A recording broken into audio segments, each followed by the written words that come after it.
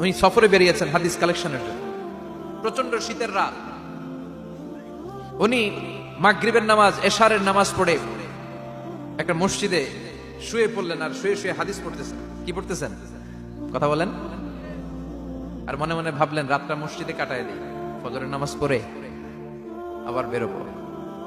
কিন্তু দারোয়ান এসে বলে মসজিদে থাকতে পারবেন না, ওঠেন। দারোয়ান আছে না, কথা কন।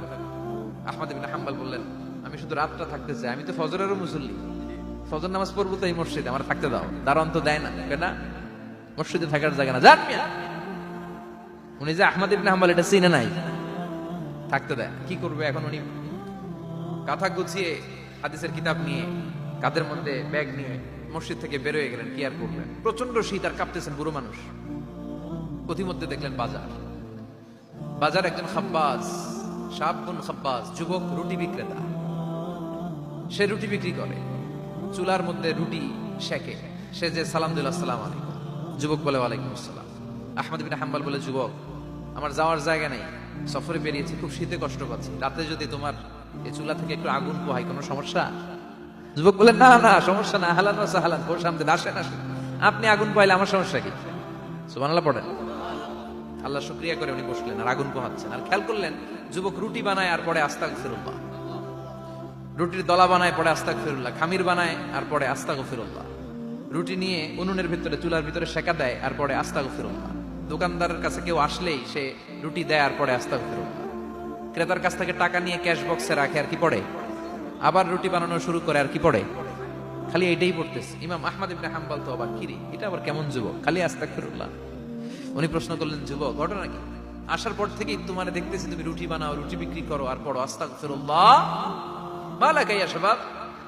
যুবক বলে আস্তাগফিরুল্লাহ আমার সবচেয়ে বেশি পছন্দের আমল, আমি সব সময় আঠার মতো ইস্তেগফারের সাথে লেগে থাকি আর সব সময় পড়তে থাকি আস্তাগফিরুল্লাহ, আর এর বদৌলতে আল্লাহ আমারে মুস্তাজাবুদ দাওয়া বানিয়ে দিয়েছে।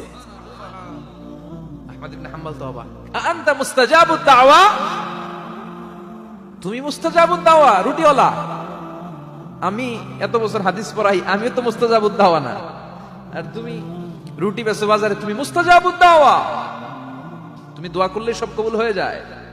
যুবক বলে না আমরা মুস্তাজাবুদ দাওয়া, আমি আমার জীবনে যত দোয়া করেছি কবুল করে নিয়েছে কে? সব দোয়া কবুল করে নিয়েছে আল্লাহ, একটা দোয়া ছাড়া। কয়টা? আহমদ ইবনে হাম্বলের কৌতূহল, কিউরিয়াসিটি আরো বেড়ে গেল। কি? সব দোয়া কবুল হয়েছে একটা দোয়া ছাড়া। মাযালিকা দুআ ইয়া শাব, কি সেই দোয়া?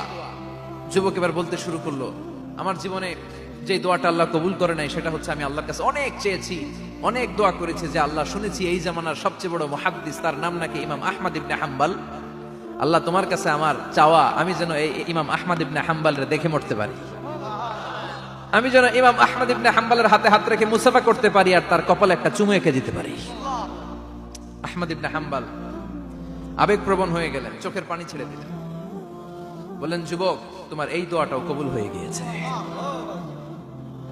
আহমদ ইবনে হাম্বলের দেখা সাক্ষাৎ পাওয়ার জন্য আহমদ ইবনে হাম্বলের বাড়িতে তোমার যাওয়ার দরকার নাই, আহমদ ইবনে হাম্বল তোমার দরবারে ছুটে এসেছে।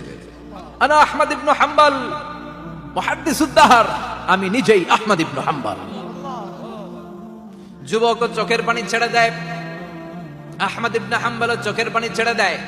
যুবক চিৎকার মেরে ইমাম আহমদ ইবনে হাম্বলকে জড়িয়ে ধরে, হাতে হাত রেখে মুসাফা করে, কপালের মধ্যে চুমু খায় আর আল্লাহর শুকরিয়া করে বলে ও ইমাম আসলে এই দোয়াটাও আল্লাহ আজকে কবুল করে নিল।